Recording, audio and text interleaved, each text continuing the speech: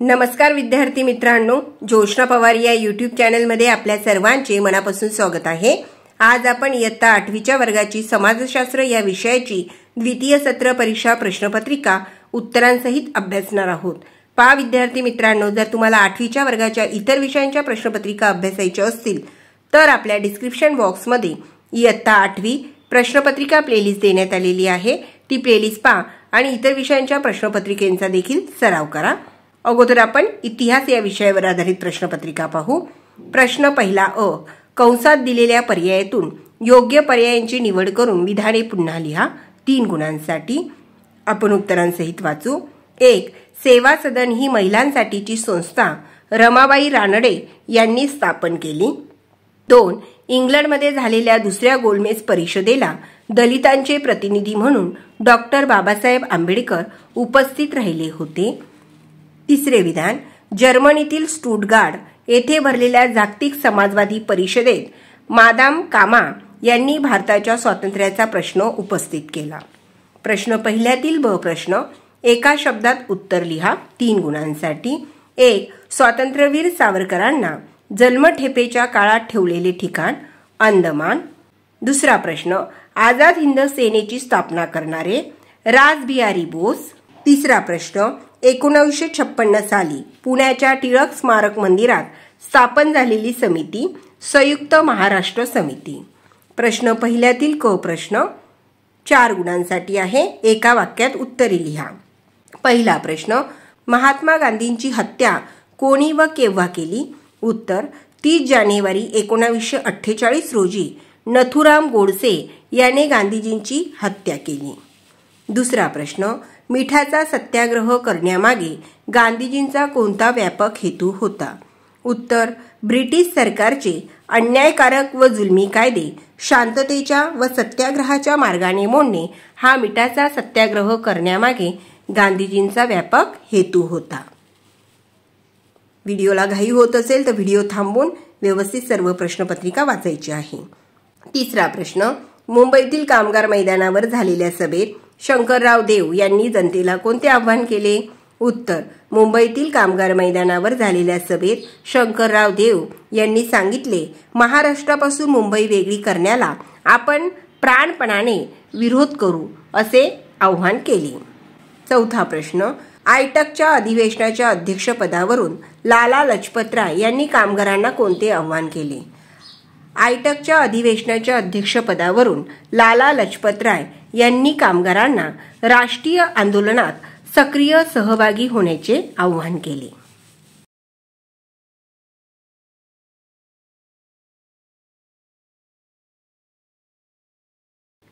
प्रश्न दुसरा अ, पुढील तक्ता पूर्ण करा। 4 गुणांसाठी। संघटनेचे नाव आणि संस्थापक। 1. तुफान सेना, संस्थापक आहे GD उर्फ बाप्पू लाड। 2. फॉरवर्ड ब्लॉक, संस्थापक आहे सुभाषचंद्र बोस। दुसरा तक्ता, संकल्पना चित्र पूर्ण करा। फ्रेंचांच्या अधिपत्याखाली भारताचे प्रदेश चंद्रनगर, माहे, यानम, कारिकल। ब प्रश्न, थोडक्यात उत्तरे लिहा। 6 गुणांसाठी 2 प्रश्नांची उत्तरे लिहायची आहे। पहिला प्रश्न, चंद्रसिंग ठाकूर यांना लष्करी न्यायालयाने जब्बर शिक्षा केली। उत्तर, खान अब्दुल गफार खान यांच्या खुदा ई खिदमतगार या संघटनेने पेशावर येथे 23 एप्रिल 1930 रोजी सत्याग्रह सुरू केला। सत्याग्रहींनी सुमारे आठवडाभर पेशावरवर ताबा ठेवला।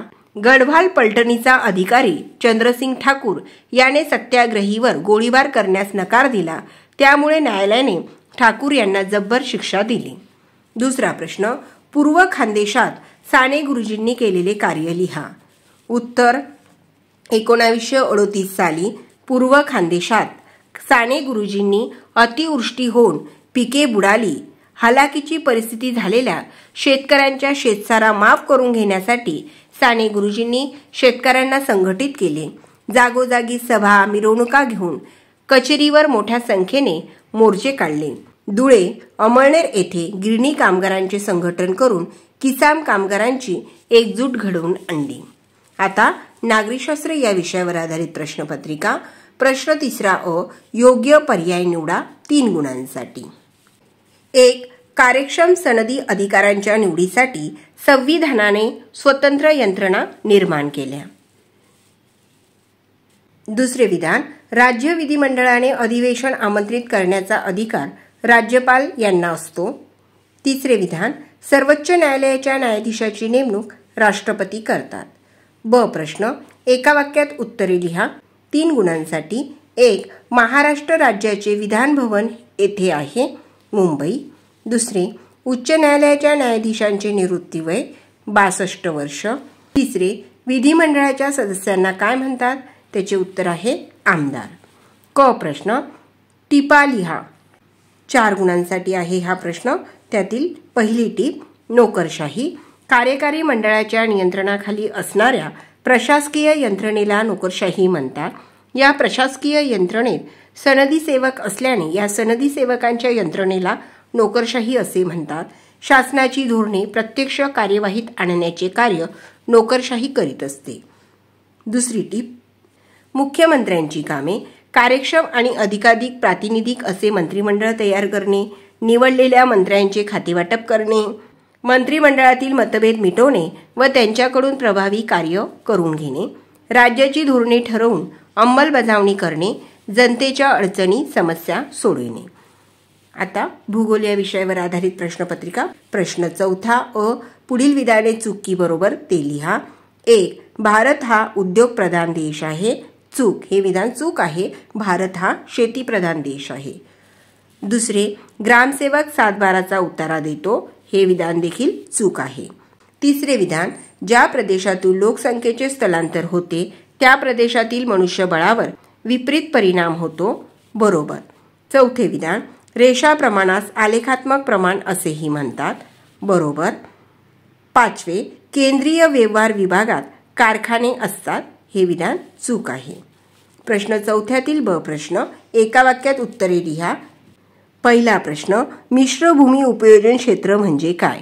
उत्तर, शहरातील काही जमीन विविध गरजा एकत्रितरित्या पूर्ण करण्यासाठी वापरली जाते. ती जमीन क्षेत्र म्हणजे मिश्र भूमी उपयोजन क्षेत्र होय.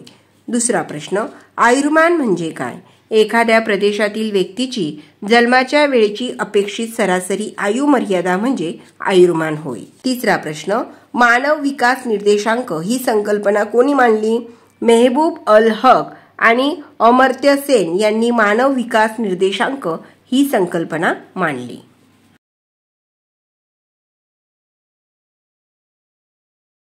चौथा प्रश्न, कारखाना म्हणजे काय?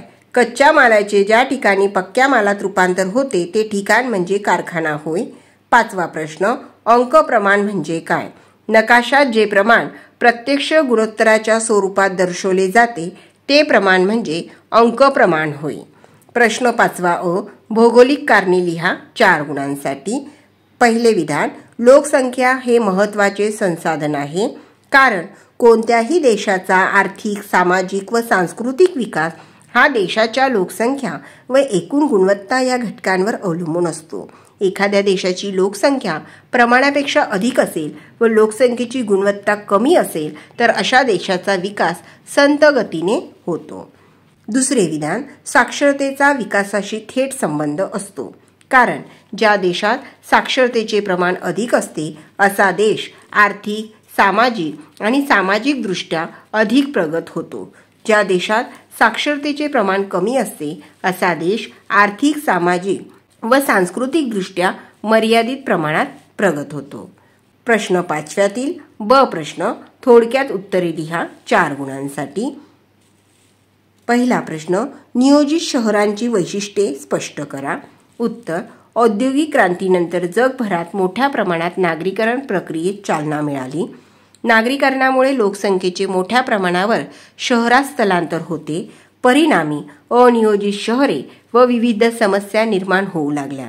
त्यामुळे नियोजित शहरे निर्माण करण्याची गरज निर्माण झाली. दुसरा प्रश्न, लघु उद्योगाची 3 वैशिष्ट्ये सांगा. 1. लघु उद्योगांना भांडवल, जागा, यंत्रसामग्री या आदानांची तुलनेने कमी आवश्यकता असते. लघु उद्योगात तुलनेने कमी मनुष्यबळ आवश्यक असते. लघु उद्योगातील उत्पादित वस्तूंची बाजारपेठ तुलनेने मर्यादित असते. क प्रश्न माहिती लिहा. 1.